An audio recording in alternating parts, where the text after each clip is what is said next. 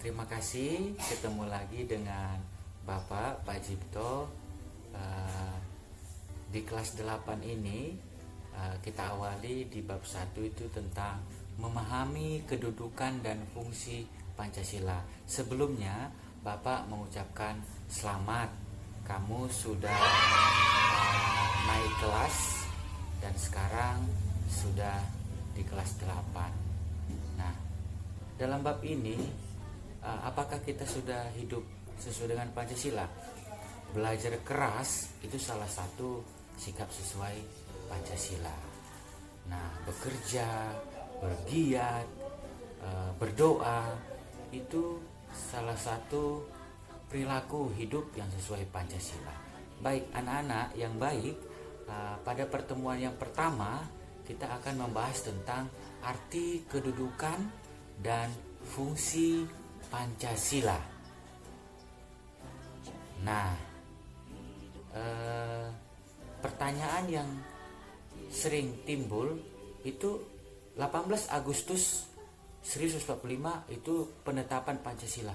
Kenapa 1 Juni menjadi hari lahirnya Pancasila? Kita akan kupas nanti kenapa itu terjadi. Baik, nah pada tanggal 18 Agustus 1945 para pendiri negara sepakat dasar negara kita adalah Pancasila.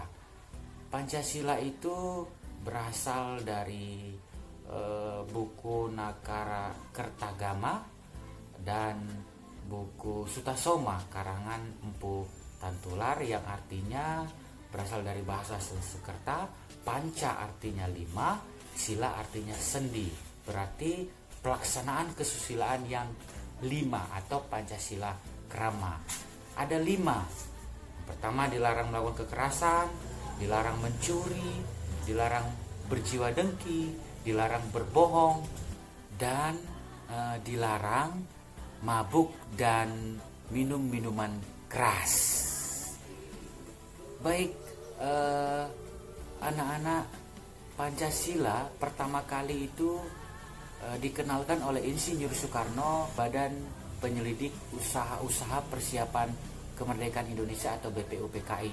Makanya hari lahirnya Pancasila itu tanggal 1 Juni. Nah, Pancasila itu juga pada tanggal 18 Agustus ditetapkan sebagai dasar negara sebagaimana yang tertuang dalam alinea keempat pembukaan Undang-Undang Dasar Negara Republik Indonesia. Baik anak-anak, di dalam TAP MPR nomor 3 tahun 2000 dinyatakan di sana bahwa Pancasila merupakan sebagai dasar negara. Ada 7 fungsi dan peranan Pancasila. Yang pertama, Pancasila sebagai jiwa bangsa Indonesia. Artinya, Pancasila sebagai jiwa bangsa berfungsi agar Indonesia tetap hidup dalam jiwa Pancasila. Yang kedua, Pancasila sebagai kepribadian bangsa Indonesia.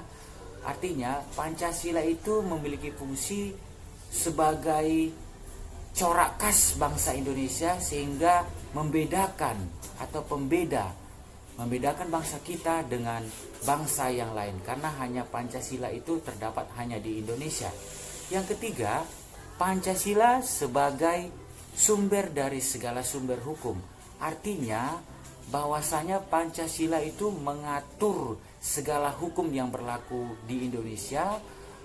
Segala hukum harus bersumber dari Pancasila itu, tidak boleh bertentangan dengan Pancasila. Yang keempat, Pancasila sebagai perjanjian luhur. Artinya Pancasila tanggal 18 Agustus disepakati melalui sidang PPKI, mewakili seluruh rakyat Indonesia. Yang kelima, Pancasila sebagai cita-cita dan tujuan bangsa Indonesia. Artinya Pancasila sebagai cita-cita bangsa memiliki fungsi untuk menciptakan masyarakat yang adil dan makmur. Yang keenam, Pancasila sebagai satu-satunya asas dalam kehidupan berbangsa dan bernegara. Satu-satunya. Jadi pelaksanaan perwujudan Pancasila secara murni dan konsekuen. Yang ketujuh, Pancasila sebagai moral pembangunan, berfungsi sebagai Pancasila itu dijadikan kerangka, acuan tolak ukur, parameter, dan arah tujuan dari pembangunan. Baik, anak-anak, demikian pembelajaran kita pada pertemuan yang pertama. Kita lanjutkan pertemuan berikutnya. Bapak tugaskan kamu pembelajaran hari ini, silakan kamu resume di catatan kamu.